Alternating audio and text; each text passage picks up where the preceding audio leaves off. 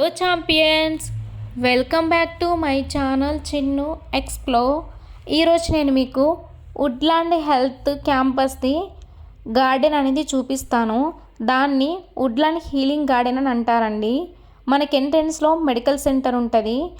ఈ మెడికల్ సెంటర్కి కొంచెం క్రాస్ చేసి ముందుకెళ్తే అక్కడ మనం సైకిల్స్ పెట్టుకోవడానికి పార్కింగ్ కూడా ఉంది.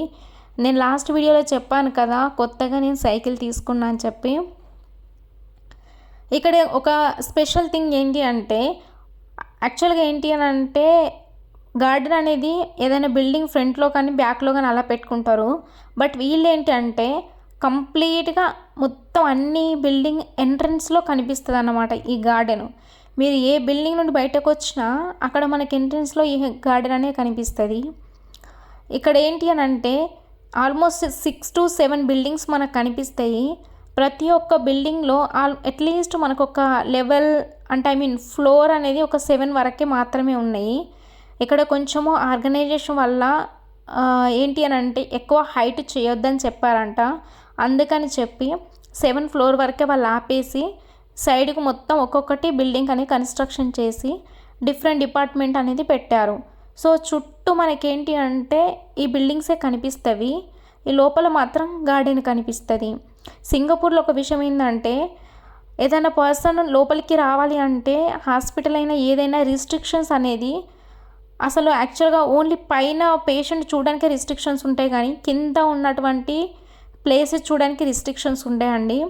మామూలుగా ఏంటి అని అంటే వీళ్ళు ఎంట్రన్స్ నుండి రావడానికి ఇక్కడ మనకి ఏంటి అంటే లెవెల్ 1 అని చెప్పాను కదా, బేస్మెంట్ 1 బేస్మెంట్ 2లో మనకు అది ఫ్రీగా ఎవరైనా రావచ్చు, విజిట్ చేయొచ్చు. అక్కడ ఫుడ్ కోర్ట్ కూడా ఉంది అండ్ అక్కడ ఫుడ్ తినొచ్చు. ఒకవేళ విజిటర్స్ వచ్చినా కూడా అది యూజ్ చేసుకోవచ్చు. ప్రతి ఒక్కరు రావడానికి ఇది వాళ్ళు ఏంటంటే వీళ్ళొక ప్లానింగ్ చేసుకుంటారు అన్నమాట.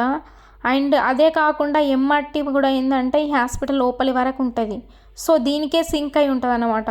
ఎంఆర్టీలో దిగిన వాళ్ళు కూడా ఈ హాస్పిటల్కి వచ్చి విజిట్ చేసేటప్పుడు ఈ గార్డెన్ చూడొచ్చు.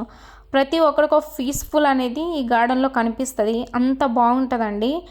అండ్ ఏంటంటే ఇక్కడ సింగపూర్లో పేషెంట్ ఒకవేళ కొంచెం బాగానే ఉండి నడుస్తున్నాడని చెప్తే ఒక 1 hour పర్మిషన్ ఇస్తారు, వాళ్ళు బయటికి రావచ్చు అనుకుంటే రావచ్చు.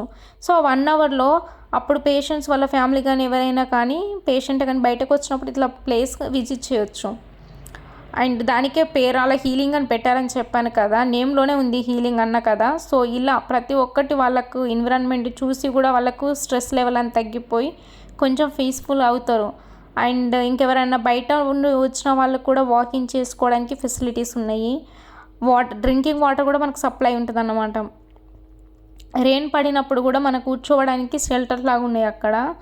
సో ఇదంతా బిల్డింగ్ అంతా, ఈ బిల్డింగ్ చుట్టూ మొత్తం ఈ గార్డెన్ ఉంది కదా. ఇదంతా ఏంటంటే నేను మొత్తం కంప్లీట్గా తీయలేదు ఇంకా ఈ వీడియో, ఇంకా కింది వరకు ఉంటుంది. అటు మనకు ట్రావెలింగ్ బస్సెస్ అవన్నీ వెళ్ళేది కూడా చూడొచ్చు, అంత క్లియర్గా ఉంటుంది. బట్ నేను అక్కడికి వెళ్ళలేదు. సో ఇదండి హీలింగ్ గార్డెన్. ఇది అయితే మేము మామూలుగా క్లాసెస్ జరుగుతున్నప్పుడు 3 months క్లాసెస్ అని చెప్పాను కదా, అప్పుడు ఆల్మోస్ట్ మేము అందరం ఇక్కడ కూర్చోడానికి ట్రై చేసేవాళ్ళము. ఇట్లాంటి 3 ఉన్నాయి మనకు ఇక్కడ అక్కడ. బేస్మెంట్ 1కి వెళ్తే మనకు 7-11 ఉంటుంది. అండ్ ఈ వాటర్ ఫాల్స్ ఉంటుంది, ఫుడ్ కోర్ట్ ఉంటుంది, ఇవన్నీ ఉంటాయి. Thank you so much, bye.